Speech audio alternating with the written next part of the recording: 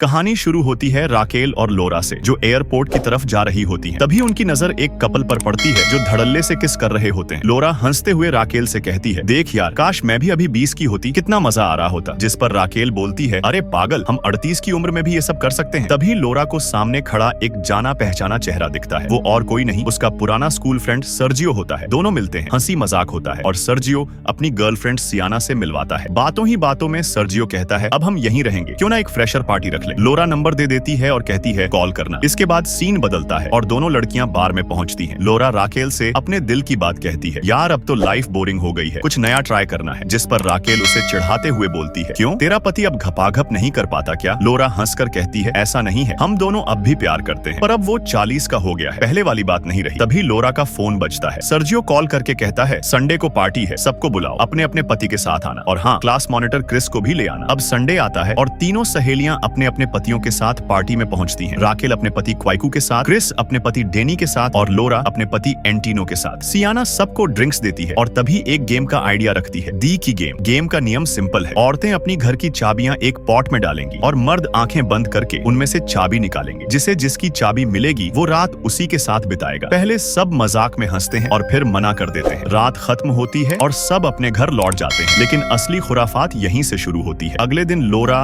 Raquel और Chris जब मिलती हैं तो उनके दिमाग से वो गेम निकलता ही नहीं। उन्हें लगता है कि लाइफ में स्पाइस चाहिए। वो सियाना के पास जाती हैं और बोलती हैं, हमें वो गेम खेलना है। सियाना भी हाँ कर देती है। अब सब अपने अपने पतियों को मनाने लगती हैं। लोरा का पति एंटिनो पहले मना कर देता है, लेकिन बाकी लड़कियां अपने पतियों को राजी कर लेती हैं। आखिर सब तैयार हो जाते हैं। पार्टी शुरू होती है। सियाना गेम के रूल्स बताती है। गेम सिर्फ चाबियों के हिसाब से होगा। दोनों पार्टनर्स की मर्जी जरूरी है और इसमें कभी प्यार शामिल नहीं होगा। अब चाबियां उठती हैं। सर्जियो को लोरा की चाबी मिलती है, क्वाइकू को सियाना की, एंटिनो को क्रिस की और डेनी को राकेल की। और फिर शुरू होता है असली रोमांच। क्रिस और एंटिनो वैन में ही घपाघप शुरू कर देते हैं, लेकिन तभी पुलिस आ जाती है और एंटिनो को पकड़कर जेल में डाल देती है। दूसरी तरफ लोरा और सर्जियो करीब आते हैं, लेकिन जैसे ही लोरा अपनी फैमिली की फोटो देखती है वो खुद को रोक लेती है। तभी उसे पुलिस स्टेशन से कॉल आता है। सब पुलिस स्टेशन पहुंचते हैं और सच सामने आता है, क्रिस और एंटिनो वैन में पकड़े गए। लोरा भड़क जाती है और क्रिस पर गुस्सा निकालती है, लेकिन बाकी कहते हैं ये तो गेम का रूल था। गुस्से में सब वही गेम खत्म कर देते हैं। कुछ दिन बाद क्रिस सबको बुलाती है और माफी मांगती है। कहती है, ये गेम तुम्हारे कहने पर खेला था, मेरी गलती नहीं। लोरा भी मान जाती है और फिर से गेम खेलने की बात करती है। अब पार्टी और भी बड़ी होती है। यहाँ 50 कमरे और 50 लोग होते हैं। सियाना कहती है, जो चाहो चुन लो, हर तरह का मजा मिलेगा। वहीं एंटिनो और क्वाइकू छुपकर पार्टी में आ जाते हैं। क्रिस एंटिनो से कहती है, मुझे तुमसे प्यार हो गया है। और दूसरी तरफ लोरा और सर्जियो फिर करीब आ जाते हैं। सुबह का माहौल और भी शॉक देने वाला होता है। लोरा देखती है कि उसका पति एंटिनो अब क्रिस के साथ है। वो टूट जाती है और एंटिनो से कहती है, तुम्हारे साथ बिताए 20 साल मेरी जिंदगी के सबसे अच्छे पल थे,